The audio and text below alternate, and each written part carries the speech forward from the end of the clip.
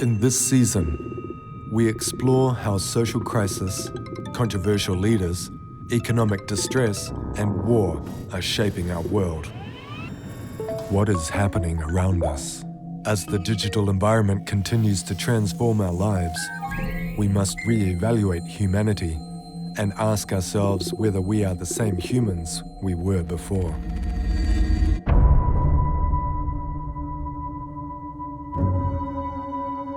Digital Pilgrims is a voyage on an immaterial sea, a collective search for meaning. Listen to the episode and join the conversation.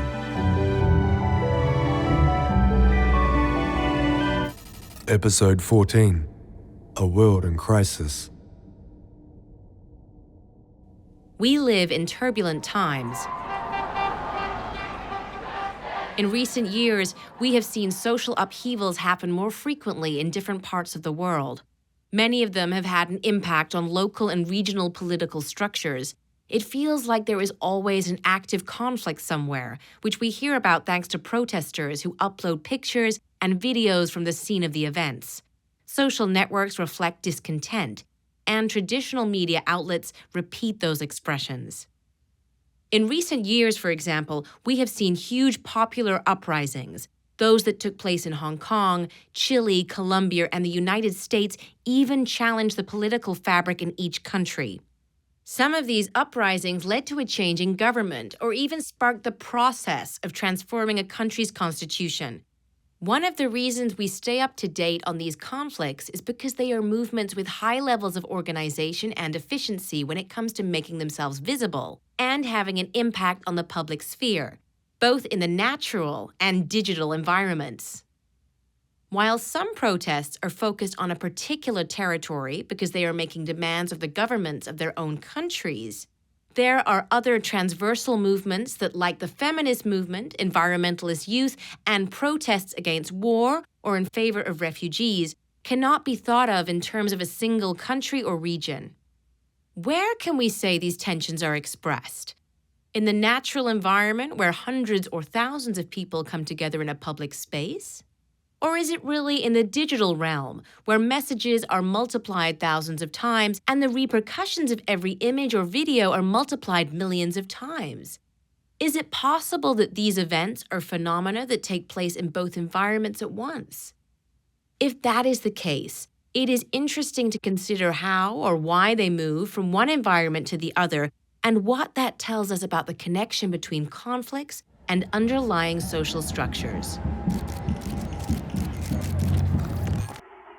The situations that trigger these expressions of discontent are often specific episodes that awaken a great power.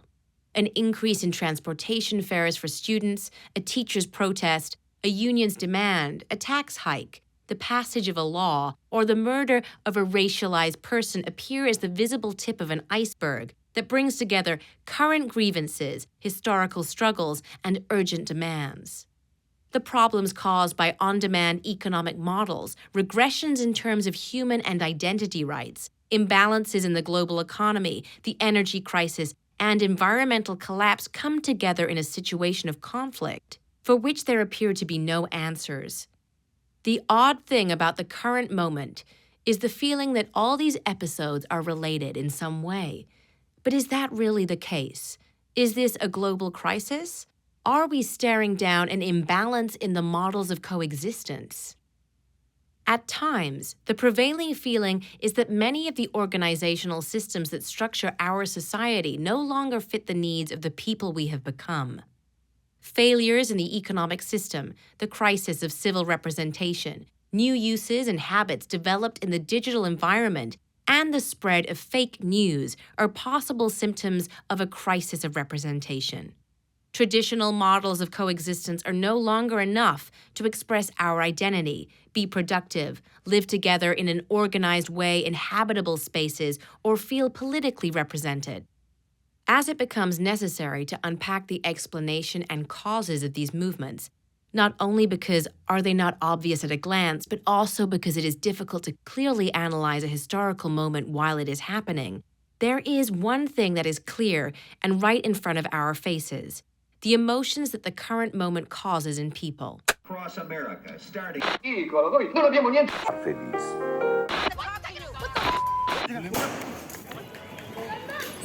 Confusion affects all of us.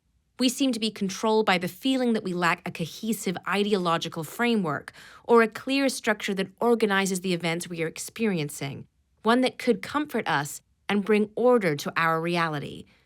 We constantly feel adrift. However, at this moment, with few certainties, there are some schools of thought that try to explain the changes we are seeing and dig deeper into different questions and hypotheses. Is modern society collapsing? Did the world change, or did we change?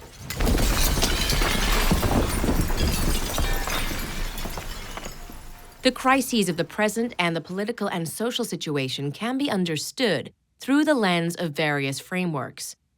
In his book, Liquid Modernity, published in 1999, Zygmunt Bauman described modernity as flexible, precarious, exhausting, and temporary. He used the word liquid to show a contrast with the idea of a past that was solid, with values associated with stability, tradition, and trust in enduring institutions. In Bauman's view, the fluid and volatile nature of the current historical moment has devastating effects on identity. In this sense, a society based on individualism and constant change gives rise to such existential distress that individuals feel powerless, unable to innovate and produce. Rather than explorers of unknown seas, Bauman sees us as shipwrecked sailors in an ocean of uncertainty. The sociologist maintains that the labor market is one of the areas most strongly affected by this liquid condition. Years ago, at a solid job, one could choose a career and, when they reach their desired position, rest in the certainty that they would be able to retire from that same position if they wanted. A job was enough to develop a professional career and even a social identity. Although Bauman's text is a few years old, the idea of a contrast between solid and liquid societies permeated our culture and is still relevant. When Bauman stated at the end of the 20th century that the model was failing, he was pointing to a crisis of the system that began during the Industrial Revolution. The appearance of mass society held up by the factory model and the introduction of machinery in processes that up until then had been agricultural and performed by hand brought with it a structure of habitability in which the city was at the center. Industrialization organized consumption around a new economic and productive linchpin. These transformations had their counterpart in terms of a mutual influence in the new scientific theories of the day, changes in productive processes, and even the political and violent conflicts of that period. What Bauman identifies as the fall of industrial models can also be interpreted as the end of globalization. This view allows us to analyze the events of recent years, like Brexit, Trump's election as President of the United States, and the armed conflict in Ukraine, through the lens of a paradigm change in the world order.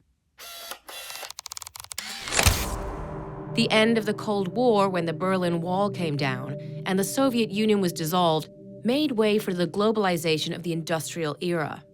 An economic, technological, political, social, and cultural process, globalization meant, among other things, growing communication and interdependence between different countries around the world.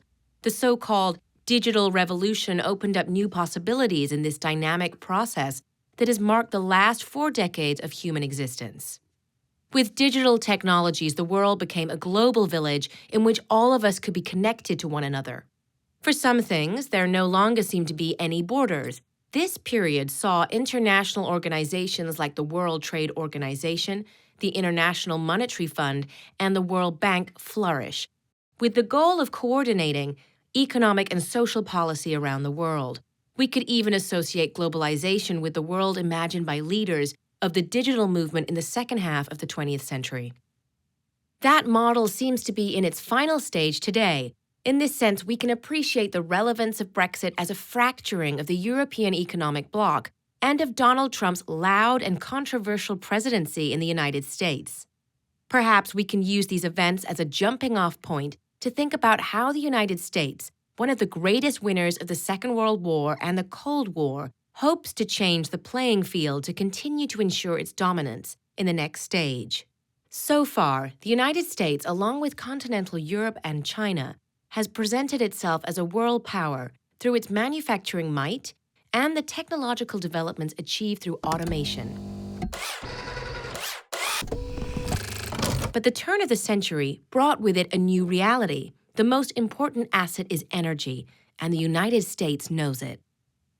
Shale gas deposits made accessible to extraction through fracking allowed the United States to self-supply its own energy. This is also a world in which technological advances created a new habitable environment where a large part of our existence occurs and which is completely dependent on electricity.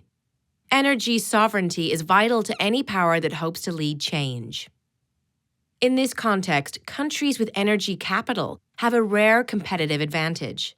This could explain why two large powers like the United States and Russia, which not only have weapons of mass destruction, but also compete with regards to technology, find more common ground today than they do differences.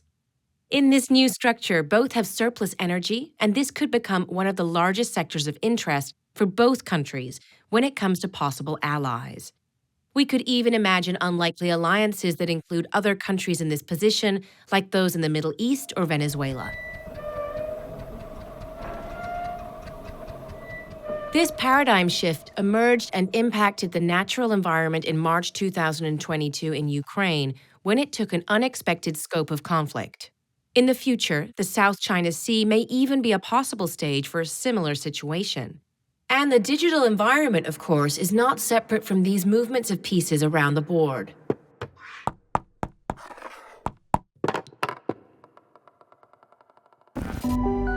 In the next episode, discover how digital technologies and politics impact each other and how the United States, Russia, and China are deploying strategies that reshape the globe.